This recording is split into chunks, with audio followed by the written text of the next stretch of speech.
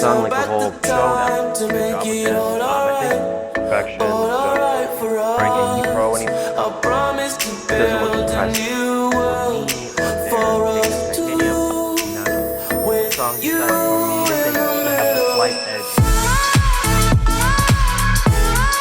I'd be lying if I didn't admit to you guys that I was surprised by this phone. The Samsung Galaxy S24 Ultra. It's an impressive device across the board, and this is coming from someone that doesn't typically use Samsung phones. I've always been an iPhone and a Google Pixel guy, but if you are on the market for a high-end smartphone from Android, it's hard not to recommend this basically over anything else. It does so many things right, with some drawbacks of course that we'll talk about, but overall, I'd be shocked if anyone who bought this phone or is planning on buying this phone would be disappointed. Welcome to my full-length deep dive review of the S24 Ultra. It's going to be a long one today, but necessary in length because this is not a cheap phone. It's an expensive device, so I want to do my best to make sure you understand my thoughts on everything before you make your purchase decision. Okay, let's start with the design. This has to be the most beautiful phone I've held in a long time, and I've held a lot of iPhones in my days. I personally went with the titanium black as I'm in love with the stealth look that this phone gives off. Keep in mind, it's not actually black in person.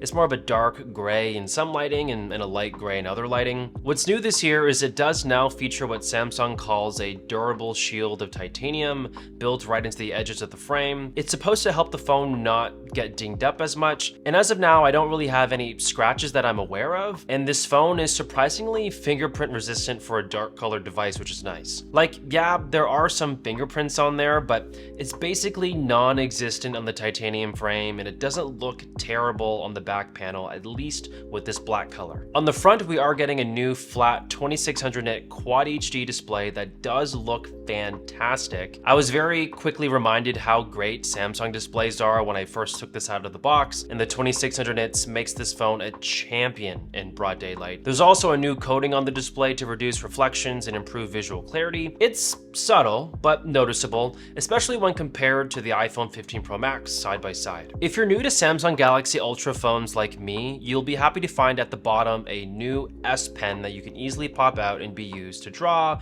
take notes, sign documents. I'll talk more about it later in the review, but I can definitely see why Samsung still keeps this thing around. The only drawback for me design-wise for Samsung and Android phones in general is I'm not a big fan of on-device fingerprint readers. It works most of the time. There's no like earth-shattering issue about its like efficacy, but it's just really inconvenient in comparison to Face ID on the iPhone. And yes, I know Samsung supports a face unlock, but let's be real, it's not the same. It's nowhere near the same security-wise to the iPhone. I believe the last Android phone to support like a real secure face unlock was the Google Pixel 4, which was way back in 2019. The reason why I'm talking about this is that it's for sure on Samsung's memo to convert iPhone users over to Samsung phones, and I really believe having these small quality of life things that we're all used to, like secure Face ID, makes that transition just a little bit easier. The new exciting thing this year though with the S24 Ultra is Galaxy AI, which are a suite of AI features that are built right into the phone that are surprisingly very useful and not at all as gimmicky as you might expect. Starting with the circle to search, it's literally in the name. You press down on the bottom of the screen and you get a fun animation prompting you to circle whatever is on your screen, and it'll give you Google search results based on the thing that you want to find more info about. It works really well, and a really fun tip I discovered is that this also works within the camera app without the need to actually take a picture. You just point your camera at the thing that you want to discover more about, highlight the object, and it will work as intended, which is just really cool. With the Notes app, if you press the little star icon at the bottom, it will give you the quick options menu to use AI to auto format, summarize, correct spelling, and translate. All features work quick and fast, and I actually appreciate that Samsung shows the revisions it proposes and allows you to compare it to the original instead of just changing it on the spot. The only drawback I've found is that the AI can't summarize past a certain character limit, which is a little strange because you can use the same AI feature to summarize a full-length article on web pages within the Samsung internet browser, which in itself is extremely cool, by the way, but a little disappointing that this doesn't work inside Google Chrome as of this video. Another cool one is Transcript Assist within the voice recorder app, where you can convert voice recordings and conversations into really accurate text transcriptions. I tested this out myself by actually recording a 52-minute interview from a podcast that I really liked because I was just super lazy. I didn't want to take my own notes, and I wanted to see how well the AI would capture what they're saying, transcribe them, and then see how well it would summarize those main points for me so I didn't actually have to take my own notes. The end result was amazing and it actually did a pretty good job. It distinguished the voices between everybody perfectly. The summaries were well done and detailed as well. The only interesting thing, I guess, is that it's not as fast as you would imagine, but again, this is a 54-minute voice recording, and the processing time to transcribe that was around 7 minutes. Chat Assist is another new feature where once you type out a message in your messaging app, you can adjust its writing style, correct spelling and grammar, or active live translation that allows you to convert what you're saying into other languages. There's also generative photo editing, where the AI will analyze an image and regenerate it to fill in the blanks as you resize, remove, or move objects inside the frame. I wouldn't say this works well all the time. It's honestly kind of a crapshoot. It really does depend on the photo and how well you manipulate the object, but nonetheless, it is fun to play around with when the opportunity does call for it. One feature that didn't quite work out well was the interpreter app. It's essentially a quick setting app that allows you to have real-time conversations between two people in different languages. As I speak in English, it will read aloud the language of the other person and vice versa. I tested it out with one of my friends who speaks Korean, and the AI consistently messed up the context of what he was saying in Korean, and it didn't quite translate the way that it was supposed to. This is definitely better than nothing, especially when you are in a foreign country, but just be wary that it's not perfect yet, but I do expect it to improve over time. The only AI feature I have not really been able to use is Call Assist Live Translation, where you can enable real-time translation of phone calls directly to the device. This would be really useful for travel in foreign countries, especially if you needed a taxi or some kind of service. How it works is you dial the number, enable Live Translate, and the AI will automatically convert what you're saying into your native language, and then it can respond back in your language, and it will do its best to read it out loud to the person on the other call in their language. Hope that made sense. If it's anything like how Interpreter works, I'd still caution that accuracy may not be at 100%. Samsung actually says accuracy isn't guaranteed on their site, but again, it's better than not having this at all when traveling, so it's really hard to fault it for not being that accurate. In terms of performance, this phone is no short of it, as it's packed with the latest Qualcomm Snapdragon 8 Gen 3 chip with 12 gigs of RAM and vapor chamber cooling, which sounds intense, and all you need to know is that this phone does a great job not getting too hot, which translates to a really smooth experience. We've all probably experienced when our phone gets really hot and then it starts to slow down, the brightness dims out, and I haven't really experienced any of those kind of negative things with the S24 Ultra,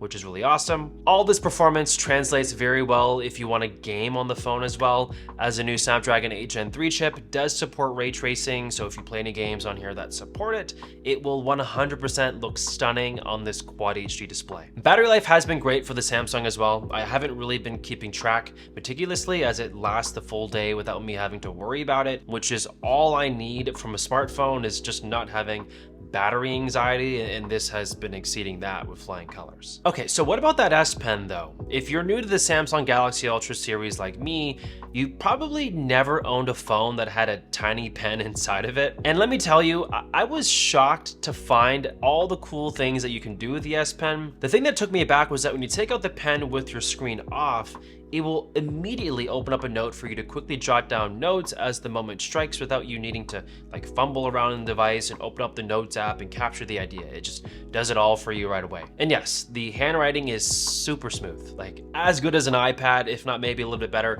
It just feels super smooth. Like I'm shocked how great this is on this phone. You can even magnify what you see on anything on your screen up to 300%. So it was kind of wild and fun to have this tool to like micro inspect photos I've taken to ensure the details were captured properly. Like, this is really cool. You can annotate PDFs without the need to download additional apps and pay for them, which a lot of PDF apps make us do these days. So this is easily my favorite thing because I sign a ton of documents every week, and just being able to do it on my phone is awesome. If you do come across something in a foreign language, you can also translate it by hovering your S Pen over the words, and it will provide a direct translation into your language, which is really cool. It can also be a tool used to remote control your camera. You simply press the S Pen button and it will take a photo for you from the distance, which is awesome as well. And speaking of cameras, let's talk about that.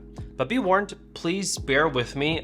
It can be a bit overwhelming for some of you, as this is packed. Like, this one is packed with features. So let's start off with the 4 cameras on the back, including a 12 megapixel ultra wide, a 200 megapixel standard wide lens that also supports 2x optical quality zoom, a 50 megapixel 5x lens that also supports a 10x optical quality zoom, a dedicated 10 megapixel 3x optical zoom, and on the front, we have our 12 megapixel selfie camera. So to clarify, both the standard wide lens and the 5x lens, due to their high megapixel counts, allow Samsung to provide a digital zoom of 2x and 10x at optical quality, which basically just means that the final result will look better and actually feel like an extra lens is truly there and not just some grainy digital zoom like you'd usually expect. In general though, like, how do I actually feel about these cameras and my experience using it? I think they're great. I think Samsung has really shaped itself to be a leader,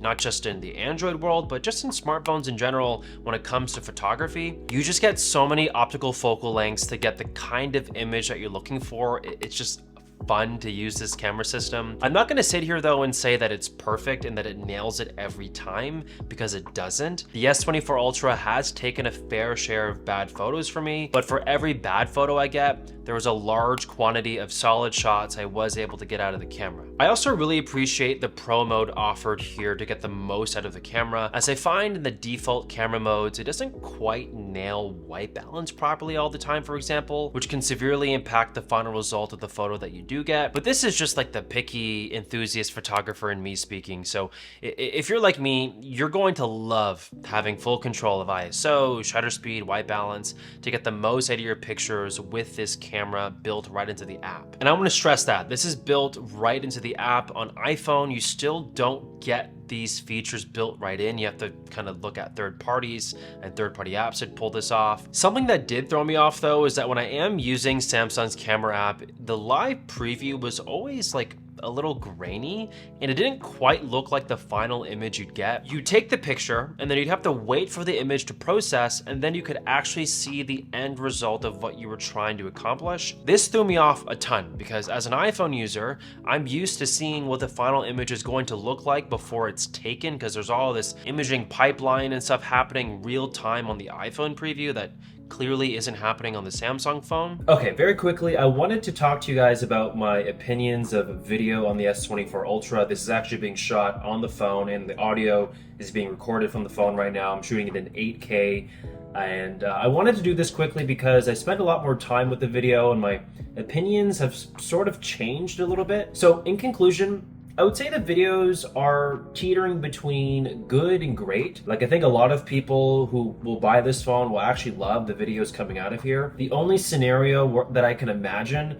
of somebody not liking the videos out of the S24 Ultra is if you're somebody like me. Because personally, iPhone, it does it better, and it's only because they have log capabilities on the phone. So I'm actually able to shoot on my iPhone and really color correct it to look a lot like my cameras that I usually shoot with and film with on the channel.